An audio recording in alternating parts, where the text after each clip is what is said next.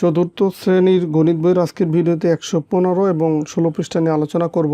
তো 115 পৃষ্ঠায় প্রথমে দেয়া আছে যে সংখ্যা রেখায় ক, খ, গ এবং ঘ এর কোন কোন সংখ্যা নির্দেশ করেছে। মানে এই যে একটা সংখ্যা রেখা, এই 0 এই পর্যন্ত হচ্ছে 1, এই পর্যন্ত 2, 3, 4, এটা একটা সংখ্যা রেখা। সংখ্যা রেখায় ক, খ, গ, ঘ এর কোন কোন সংখ্যা নির্দেশ করছে সেটা আমরা লিখব। যেমন দেখো, এই 0 থেকে এই পর্যন্ত হচ্ছে 1, আর এই মাঝে আবার ঘর আছে 10টা, আর কর অবস্থান হচ্ছে 0-র পরে 1 ঘর আসছে। তার মানে এইটা হবে তোমার এই 0.1, মানে 10 ভাগের 1 ভাগ আসছে। তো একবার আমরা লিখে দিলাম 0.1, এটা হচ্ছে ক এর অবস্থান। আবার দেখো এই ক্ষয়ের অবস্থান হচ্ছে এইখানে 1 পর্যন্ত তো পরিপূর্ণ আসছে, তারপরে দেখো 1, 2, 3, 4, 5, 6, 7 ঘর আসছে, তার মানে 1.7, এটা হচ্ছে ক্ষয়ের অবস্থান। আবার গড় অবস্থান দেখো 2 এর পরে 2 ঘর, তার মানে 2.2। ঘর অবস্থান দেখো এই 4-এর একটু আগে শেষ হয়েছে, তো পরিপূর্ণভাবে 3 আসছে, 3 পর্যন্ত আসছে। তারপরে কয় ঘর গেছে? 1, 2, 3, 4, 5, 6, 7, 8, তার মানে 3.8, এটা হচ্ছে ঘয়ের অবস্থান। তো এরপরে 2 নম্বর প্রশ্ন, যে নিচের সংখ্যাগুলোকে উপরের সংখ্যা রেখায় প্রকাশ করি। যেমন এইখানে আছে এই 0.9, তো 0.9কে যদি আমরা এই সংখ্যা রেখায় প্রকাশ করতে চাই, তার মানে এই 1 ঘর কিন্তু পরিপূর্ণ হয় না, দশমিকের পরে 9 ঘর, মানে এইখানে যে 0 থেকে 1 পর্যন্ত যে 10টা ঘর আছে, 10 ঘরের 9 ঘর যাবে। তার মানে 1, 2, 3, 4, 5, 6, 7, 8, 9, এই যে 9, এটা হচ্ছে তোমার এই 0.9, এই যে এই ঘরটা বোঝাচ্ছে 0.9, যেই কালার দিচ্ছি বোঝানোর জন্য এই কালার দিয়ে প্রকাশ করলাম 0.9। এরপরে দেখো 0.5, তার মানে 10 ভাগের 5 ভাগ আসছে। তো এখান থেকে এই পর্যন্ত 10 ঘর আছে, তার 5 ঘর, 1, 2, 3, 4, 5, এই পর্যন্ত আসছে। এটার অবস্থান কি? এই 0.5। তারপর আছে কি 2.6, তো এই পর্যন্ত 2, তারপরে 0.6 আছে, তার মানে আরও 6 ঘর, 1, 2, 3, 4, 5, 6, এই যে এই পর্যন্ত, এটা হচ্ছে 2.6। শেষেরটা দেখো 3.2, তো এই পর্যন্ত 3.2, মানে আরও 2 ঘর, 1, 2, এই যে এই ঘরটা 3.2।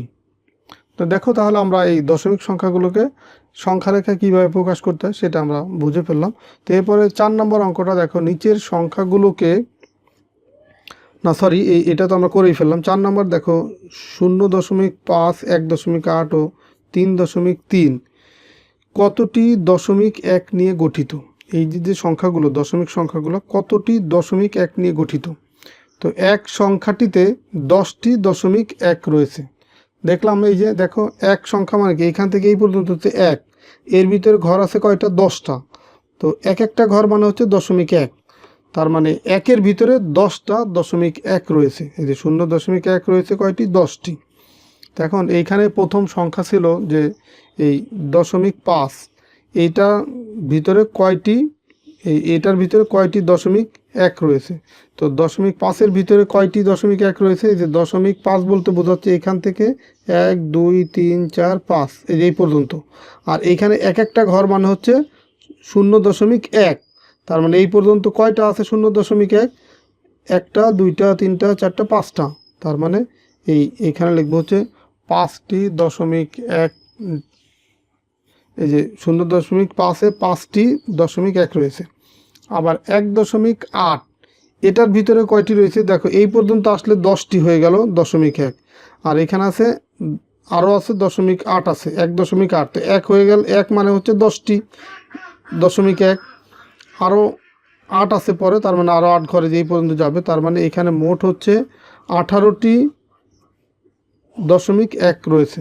18টি, 1 মানে হচ্ছে 10টি, আর 0.8 মানে হচ্ছে 8টি, তার মানে মোট হচ্ছে 18টি 0.1 রয়েছে। মোট কথা, এইখানে দশমিকটা যদি তুলে দাও তাহলে যত পাবো অতটি, এখানে দশমিক তুলে দিলে যত পাবো ততটি। যেমন 3.3, তো এইখান থেকে যদি দশমিকটা আমরা তুলে দিই, তার মানে এখানে হবে এই 33টি 0.1 রয়েছে। 5 নম্বর প্রশ্ন, যে নিচের প্রশ্নগুলো উত্তর দিই, যেমন 28টি 0.1 দ্বারা গঠিত সংখ্যাটি লিখি। 28টি, তো এটাকে এইভাবেও সহজে বুঝতে পারো। 28.1, তার মানে 28 গুণ 0.1। এখন দেখো এই দশমিকটা যদি তুলে দিতে চাই, নিচে আসবে কত? দশমিকের পরিবর্তে 1, দশমিকের পরে অঙ্ক আছে একটা 0, তার মানে 28 ভাগ 10। আর এইখানে তো হয়ে গেল 1 দিয়ে 28 গুণ করলে 28, 28কে 10 দিয়ে যদি ভাগ করি, তার মানে দশমিক 1 ঘর আগে চলে আসবে। দশমিক 28 মানে হচ্ছে এই 28 মানে হচ্ছে 28.0, একই কথা। তো দশমিক 1 ঘর বামে সরে আসা মানে এখান থেকে এখানে চলে আসা, তার মানে 2.8 হবে। এই 10 দিয়ে যদি 28কে ভাগ করি, এখানে পাবো হচ্ছে 2.8। তাহলে এই 28.1 দ্বারা গঠিত সংখ্যাটি হবে 2.8। আবার 30.1 দ্বারা গঠিত সংখ্যাটি কত? দেখো এই 30টি আমরা এমনিও জানি সংখ্যা রেখায় হচ্ছে 10 ঘর মানে হচ্ছে 10টা দশমিক 1 মানে হচ্ছে 1, মানে 1 ঘর, এই 1 মানে হচ্ছে ধরো যে এখান থেকে সংখ্যা রেখা এখান থেকে এই পর্যন্ত 1 যদি হয়, এর ভিতরে আবার ঘর আছে এরকম ছোট ছোট 10টি, তার মানে 10.1 মানে হচ্ছে 1, আর এখানে আছে 30.1, তার মানে এখানে হবে এই 3। এটা আবার যদি ভাগও করি সেভাবেও দেখা যায় যে 30 গুণ হচ্ছে 0.1, এই দশমিক তুলে দিলে এখানে আসবে 1, তারপর অঙ্ক আছে একটা 0, তো এটা কাটাকাটি করলে এখানে 3/1 বা 3 হয়। এই নিচে যদি 1 থাকে সেটা থাকা বা না থাকা সমান কথা, তার মানে 3/1 বা 3 একই কথা, তার মানে এখানে হবে 3।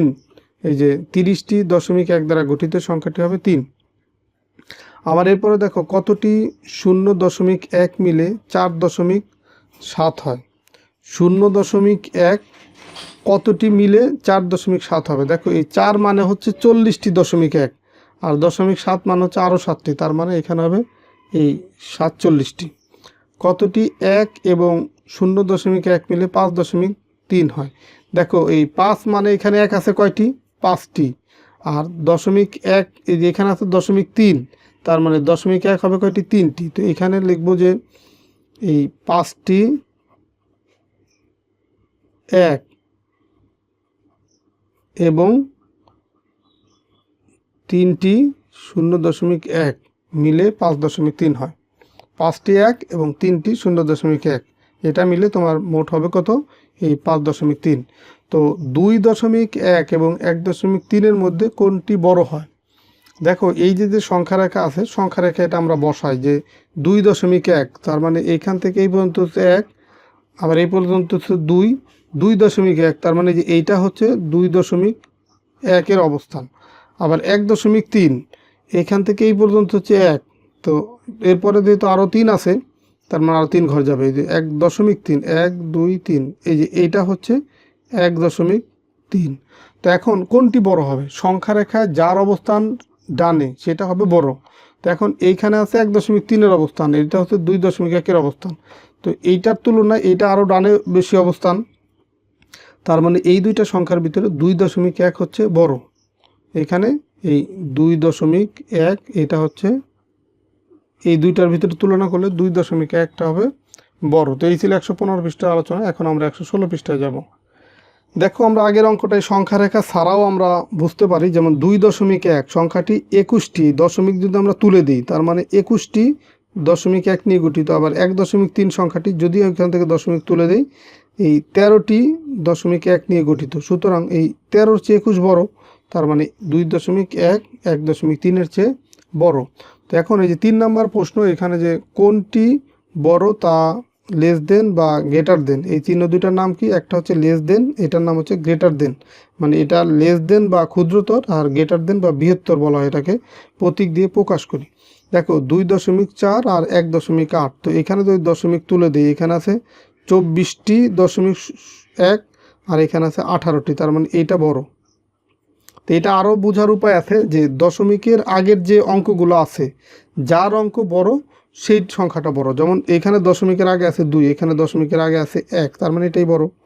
এখানে দেখো এই 3 বা 3.0 একই কথা, তার মানে দশমিকের আগে আছে 3 আর দশমিকের আগে আছে 4, তার মানে এটাই বড়। আবার দেখো 2.1 6.8, তো এখানে 2-এর চেয়ে 6 বড়, দশমিকের আগের দুইটা অঙ্কের ভিতরে 6 বড়, তার মানে এইটা হচ্ছে বড়। মানে যেটা বড় সেটার দিকে এই চিহ্নটা বসবে, এই যে এই চিহ্নের মুখটা সেটার দিকে যাবে। দেখো এই যে 4 বড়, এই যে 4-এর দিকে মুখ গেছে, আবার এখানে 2.4 বড়, এই মুখটা হচ্ছে এটার দিকে যাবে। আবার দেখো 0 আর 0.1 এই দুইটার ভিতরে কোনটা বড়? অবশ্যই এটা বড়, কারণ 0-র তো কোনো অর্থ নেই, 0 মানে কিছুই না। আর এখানে তো ছোট হোক তারপরে একটা মান আছে 0.1, তার মানে এটা হচ্ছে বড়। 7 নম্বর প্রশ্ন দেখো যে 3/10 বা 10-এর 3 ও 0.4-এর মধ্যে কোনটি বড়? দেখো এখানে যদি আমরা 3-কে 10 দিয়ে ভাগ করি তাহলে এখানে পাবো কত? 3-কে যদি 10 দিয়ে ভাগ করি তাহলে এখানে পাচ্ছি হচ্ছে 0.3। তো এখানে 0.3 আর এখানে 0.4, এর মধ্যে কোনটি বড় হবে? দেখো এই দুইটার ভিতরে যদি আমরা দশমিকটা তুলে দিই, দেখো এর আগে দেখলাম যে দশমিকের আগের যে অঙ্ক সেটার ভিতরে যার অঙ্ক বড় সেটা বড়। তো এখন দশমিকের আগে এটারও 0 আছে, এটারও 0 আছে। তো সেই ক্ষেত্রে আমরা দেখব দশমিকের পরের অঙ্ক কার বড়। দশমিকের পরের অঙ্ক এটা হচ্ছে 3, আর দশমিকের পরে হচ্ছে এটা 4, তার মানে 3-এর চেয়ে 4 বড়। তাহলে আমরা এখানে বলতে পারি যে 0.4 এটা হচ্ছে বড়। এরপরে দেখো এই যে এটারই ব্যাখ্যা এখানে দিছে যে 3/10 সংখ্যাটি 3টি দশমিক 1 নিয়ে গঠিত, আর 0.4 সংখ্যাটি 4টি দশমিক 1 নিয়ে গঠিত। সুতরাং 3/10-এর চেয়ে এই 0.4 এই সংখ্যাটি বড়।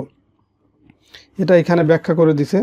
আবার এখানেও রাফি আর একটা ব্যাখ্যা দিছে যে 3/10 সংখ্যাটি 3টি 1/10 নিয়ে গঠিত। তো এত কিছু তোমার আসলে জানার দরকার নেই, বড় ছোট বোঝার জন্য তুমি দুইটা নিয়ম শিখলে সবচেয়ে সহজ। সেটা হচ্ছে এই দশমিকের আগের অঙ্ক যার বড় সেটা হচ্ছে সেই সংখ্যাটা বড়।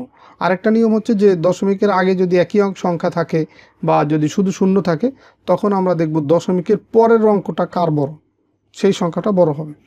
তো এরপরে দেখো নিচের দিকে এখানে একটা সংখ্যা রেখা দেয়া আছে, এই যে এটা হচ্ছে 0, তারপরের এক ঘর মানে হচ্ছে 0.1, তারপর এক ঘর 0.2, এভাবে করে 0.9 পর্যন্ত আছে। তারপরে আরও এক ঘর গেলে হয় কত? 1 হয়।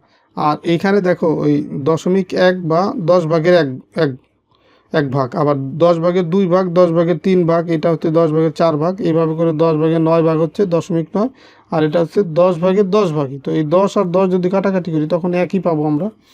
তো এরপরে দেখো 4 নম্বরে কিছু অঙ্ক আছে যে খালি ঘরের সম্পর্ক প্রতীক বসায়। সম্পর্ক প্রতীক হচ্ছে 3টা, একটা হচ্ছে ক্ষুদ্রতর, বৃহত্তর আর সমান। এগুলো হচ্ছে কি সম্পর্ক প্রতীক। তো এইগুলো আমরা এখানে বসাবো। যেমন দেখো এই 7-কে যদি 10 দিয়ে ভাগ করি এখানে পাবো কি 0.7। তো এখানেও 0.7 আছে, এখানে 0.9 আছে, তার মানে দশমিকের আগের অঙ্ক দুইটাই 0। তো এখন তাহলে দশমিকের পরের অঙ্ক কার বড়? এটা আছে 7, এটা আছে 9, তার মানে এইটা হচ্ছে বড়, 7-এর চেয়ে 9 বড়। আবার দেখো এখানে আছে 0.5, এখানে আছে 5/10। তো এই 5-কে যদি আমরা 10 দিয়ে ভাগ করি তার মানে দশমিক এক ঘর আগে চলে আসবে, 5 বা 5.0 একই কথা। তো যখনই আমরা 10 দিয়ে ভাগ করব একের পরে যেহেতু একটা 0 আছে দশমিক এক ঘর বাম দিকে সরে আসবে, তার মানে এখানে পাবো 0.5। তো এখানেও 0.5, এখানেও 0.5, তার মানে এইটা আর এটা দুইটাই সমান হবে। আবার দেখো এইখানে যদি আমরা 6-কে 10 দিয়ে ভাগ করি তো এখানে পাবো কি 0.6। তো দেখো এখানে 0.2, এখানে 0.6, তো দশমিকের আগের অঙ্ক দুইটা একই 0। তো পরের অঙ্ক এই 2-এর চেয়ে 6 বড়, তার মানে এই সংখ্যাটা বড় হবে। আবার এখানে 10-কে যদি আমরা 10 দিয়ে ভাগ করি তাহলে এখানে পাবো হচ্ছে আমরা 1, আর এটা হচ্ছে 0.8। তো এই 1 বা 1.0 এটা লেখা যায়। তো এইখানে দশমিকের আগে আছে 0 আর এইখানে দশমিকের আগে আছে 1, তার মানে এই সংখ্যাটা বড় হবে, কারণ এইখানে দশমিকের আগে কিছুই নেই আর এখানে দশমিকের আগে 1 আছে। তো এই কারণে এই সংখ্যাটা বড় হবে। তো এই ছিল 116 পৃষ্ঠা আলোচনা। তো আশা করি আজকের ভিডিওতে যে 115 এবং 16 পৃষ্ঠা আলোচনা করলাম তোমরা সবগুলোই ভালোভাবে বুঝতে পারছো। তো ঠিক আছে, সবাই ভালো থাকো, সুস্থ থাকো। পরের ভিডিওতে আমরা 117 পৃষ্ঠা থেকে আলোচনা শুরু করব। আল্লাহ হাফেজ।